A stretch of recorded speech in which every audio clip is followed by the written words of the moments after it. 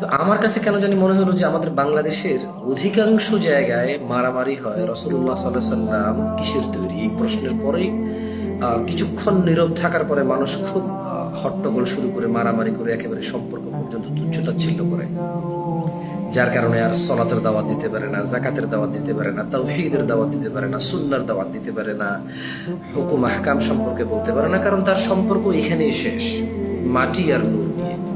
আমি বলি কি, ইসলাম লা ইকরাহা ফিদ্দিন, এতে তেমন মানে জোর জবরদস্তি নেই। আমার মনে হয় কি, রাসূলুল্লাহ সাল্লাল্লাহু আলাইহি সাল্লাম নূর, এতে কোনো সন্দেহ নেই। প্রত্যেকটা ভালো জিনিস নূর, আলো, জ্যোতি।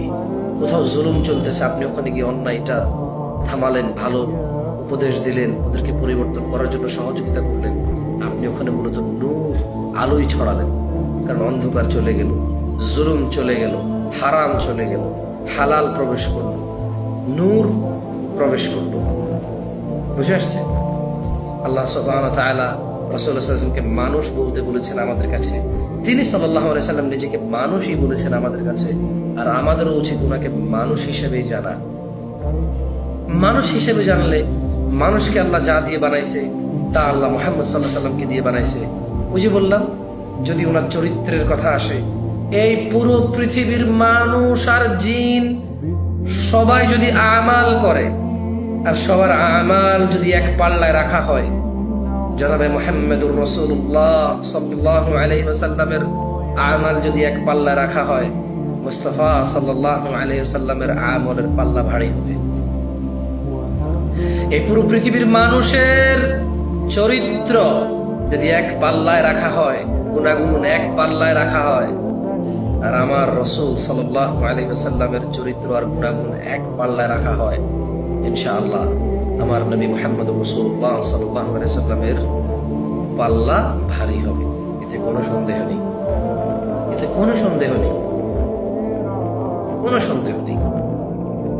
কিন্তু ওনাকে আমরা নূর হিসেবে জানবো, আমরা হিদায়াত হিসেবে জানবো, আমরা রহমত হিসেবে জানবো, আমরা তাকওয়া হিসেবে জানবো,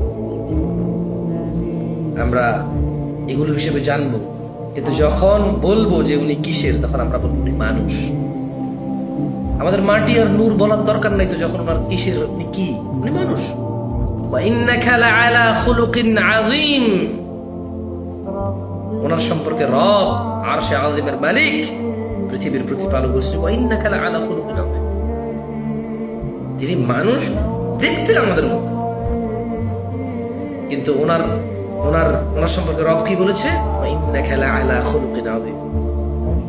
আপনি মানুষ এদের মতো, কিন্তু আপনাকে আমি সবচেয়ে মর্যাদাবান করে তৈরি করেছি। দারাজা।